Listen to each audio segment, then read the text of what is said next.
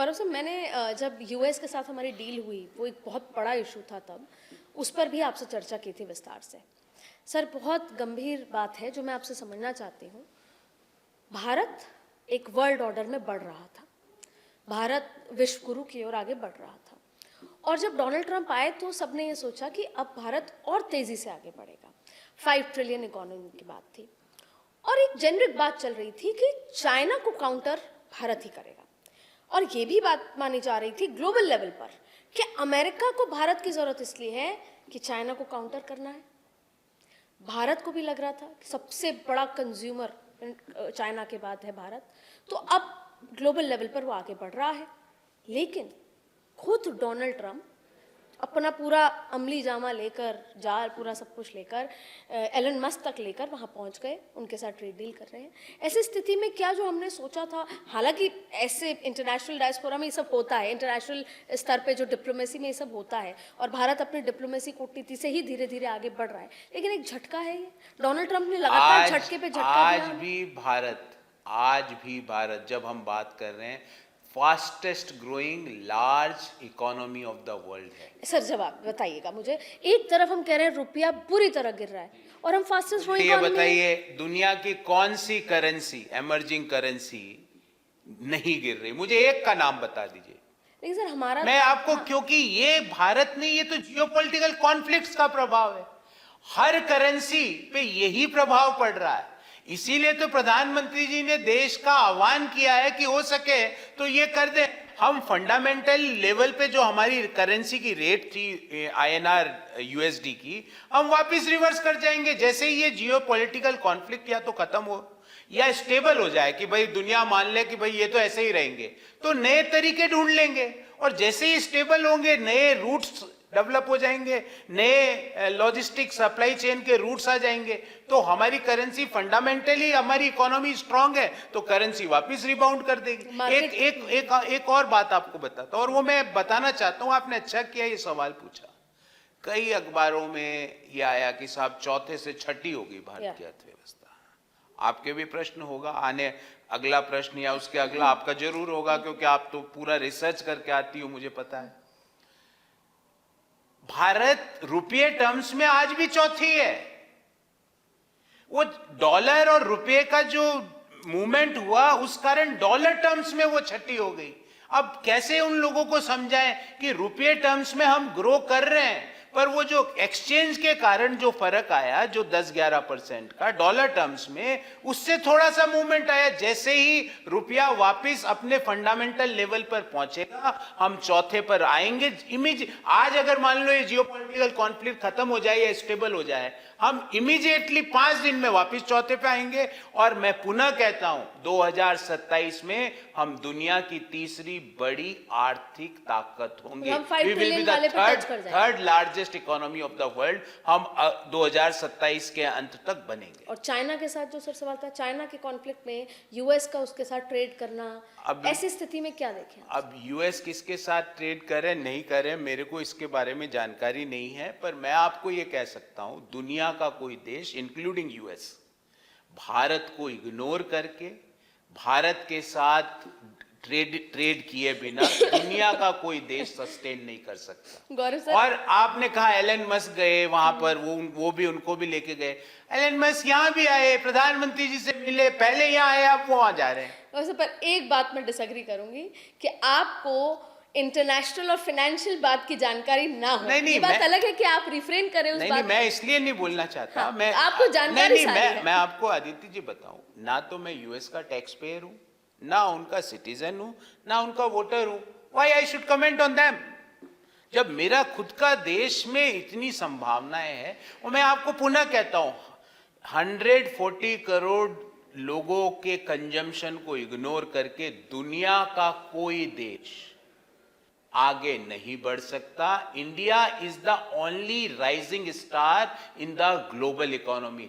दुनिया का कोई देश 7.5% से ग्रो नहीं कर सकता, ना अमेरिका ना चीन। भारत ग्रो कर रहा है। दुनिया के किसी देश में इतनी आत्मनिर्भरता नहीं है जो भारत में है। आज भी हम तो दुनिया के बड़े बड़े देश हैं जो तेल निकालते हैं, तेल को बेचते हैं। दुनिया के मिडिल ईस्ट के काफी देश है, पर रोटी नहीं है वहां खाने को, क्योंकि वो वहां पे कुछ उगता नहीं है। तो भारत के पास हर चीज के जवाब हैं, हम हमारी तैयारी कर रहे हैं। अगर हम मिलकर इस आह्वान से 3 चीजें बोली, आपने पेट्रोल डीजल के कंजम्पशन को 10-15% भी कम कर लें, इनफ। सोने के कंजम्पशन को और परचेज को 10-15% भी पोस्टपोन कर दें, इनफ। और अदिति जी, अब मैं आप अगली लाइन जो बोलूंगा आप इमीडिएट कहोगे गौरव जी आप तो इकोनॉमिक्स से अब पॉलिटिकल बात कर रहे हो। हर वो व्यक्ति जो हर महीने विदेश में छुट्टी मनाने जाता है, हर वो व्यक्ति, भले ही वो पॉलिटिकल आदमी हो, लीडर ऑफ अपोजिशन हो, कोई भी व्यक्ति हो, वो बंद करे प्लीज 1 साल के लिए, और मस्कट की जगह जैसलमेर चले जाए। सर मेरी दुविधा सुन लीजिए, बहुत सालों बाद अपनी बेटी और अपने परिवार के साथ मैंने सोचा इस बार जाऊंगी, उसके बाद प्रधानमंत्री जी का आह्वान आ गया, टिकट बुक कराने के बाद अब मुझे लग रहा है कि जाना चाहिए। मैंने आपको क्या कहा, अगर हो सके तो, अगर आपके पूरे प्लान बन, कोई रोक थोड़ी है अदिति जी, पर आप तो एक बार जा रही हैं, ऐसे यहाँ पे लीडर ऑफ अपोजिशन है जो हर महीने जाते हैं। सर बस मैं वही सवाल आपसे करना चाह रही थी, 2 बातें हैं, विरोधाभास है, पॉलिटिकल सवाल है, सीधा सीधा।